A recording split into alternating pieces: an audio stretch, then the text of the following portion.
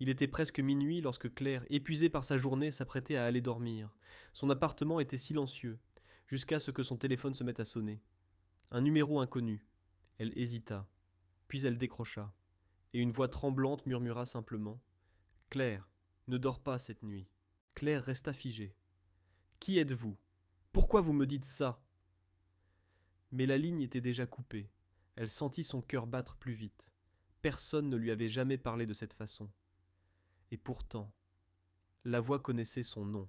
Elle tenta de se convaincre que c'était une mauvaise blague, mais quelque chose sonnait trop réel, trop urgent.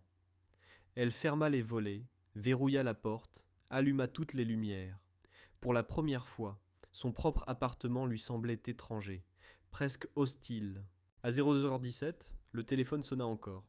La même voix, plus pressée cette fois. « Claire, écoute-moi. Tu dois quitter ton appartement. Maintenant. »« Pourquoi ?» cria-t-elle. « Ils arrivent. Va-t'en. » Soudain, Claire entendit quelque chose. Un léger grattement, derrière sa porte d'entrée. Puis un deuxième, plus fort. Elle recula lentement. Quelqu'un, ou quelque chose, était de l'autre côté. Elle prit son manteau, son téléphone, et sortit par la porte du balcon donnant sur l'escalier extérieur.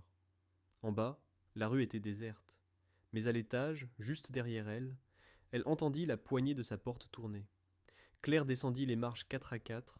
Arrivée en bas, elle ne se retourna pas. Elle courut. Les lampadaires clignotaient comme s'ils voulaient en s'éteindre. Le vent semblait murmurer son nom. Son téléphone vibra encore. La voix murmura : « Tu es en sécurité. Pour l'instant, je devais te prévenir. » « Mais qui êtes-vous ? Qu'est-ce qu'ils me veulent ? » Un silence.